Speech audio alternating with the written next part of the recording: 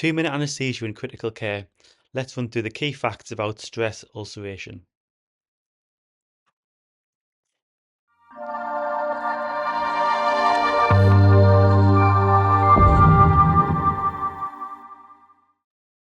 Stress ulceration is defined as ulceration of the upper gastrointestinal tract, either esophagus, stomach, or duodenum, that occurs during a hospital admission.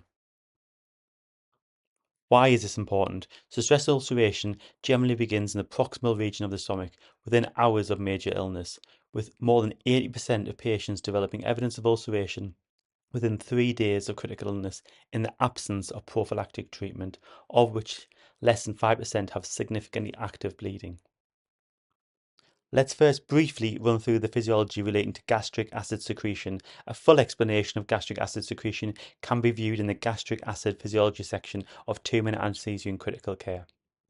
Secretion of gastric acid is achieved by the gastric parietal cells via the hydrogen potassium ATPase pump. This pump is stimulated by a range of inputs, including gastrin, histamine, acetylcholine, which bind to key cellular receptors, CCK2, histamine 2, and muscarinic 3, respectively. The chloride is then transported into the stomach lumen separately by the chloride channel. Now let's run through the pathophysiology relating to stress ulceration. The stomach protects itself from the acidic environment by forming a glycoprotein mucus layer that lies close to the gastric wall, which also traps bicarbonate. This bicarbonate binds and neutralizes gastric acid close to the wall and thus prevent injury. It's important to note that the gastric mucosa is extremely energy dependent, with an oxygen extraction of close to 100%. In the presence of critical illness, there may be a reduction in gastric blood flow, leading to reduced mucus secretion and thus exposure of the stomach to the acidic environment, leading to ulceration. In some specific patient groups, there may be an increase in gastrin stimulation, leading to increased gastric acid production, in addition to the reduction in mucus secretion. In relation to the location of the ulceration, stress ulceration usually occurs at the fundus and body of the stomach, but it can also develop in the antrum, duodenum, and distal esophagus. Broadly speaking, the classification of stress ulceration is as follows. Firstly, they're asymptomatic with evidence of ulceration with no bleeding. Secondly, they have occult bleeding with a positive gastric or fecal sample for blood.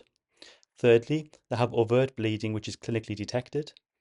Fourthly, they have overt bleeding which may require support, i.e. leading to a reduction in blood pressure or requirement for transfusion. The presentation of patients with stress ulceration is broad. Stress ulcers are usually suspected in patients in one of three scenarios. Firstly, a reduce in hemoglobin count with possible evidence of anemia. Secondly, clinical evidence of bleeding, which could be hematemesis, i.e. coffee ground or frank blood observed in nasogastric aspirate or melena. Or thirdly, cardiovascular instability secondary to hypovolemia. There are multiple risk factors for the development of stress ulceration. These involve being male, organ failure, which could be respiratory, renal, hepatic, sepsis, coagulopathy, steroids, and malignancy. Despite prophylactic treatment, some critically unwell patients may still develop stress ulceration with evidence of bleeding, and therefore the basic management would include resuscitation, coagulopathy correction, the placement of a nasogastric tube with gastric decompression, and also the administration of key drugs, including possibly a proton pump inhibitor. Endoscopy is usually the first line intervention in overt or clinically significant bleeding. However, in diffuse disease, this may require therapeutic angiography or even surgery. We can reduce the risk of stress ulceration by two methods. First of all, good ICU care by volume optimization and cardiovascular support optimization, in addition to nasogastric feeding in critically unwell patients. Secondly, we can also add pharmacological prophylaxis via H2 receptor antagonists or PPIs. However, these drugs don't come without their own risks. Proton pump inhibitors have been associated with an increased risk of Clostridium difficile infections, and both drugs can lead to drug interactions. The use of these drugs to raise gastric pH can also increase the risk of nosocomial pneumonia. Interestingly, antacids are not a viable option due to their labour-intensive dosing regimes and also side effects. Patients with evidence of ulceration with bleeding have associated increased length of stay, increased morbidity and mortality, and are also at risk of evidence of complications from hypovolemia in those patients who are susceptible. When we compare stress ulceration with peptic ulcer disease, these are clearly two distinct entities.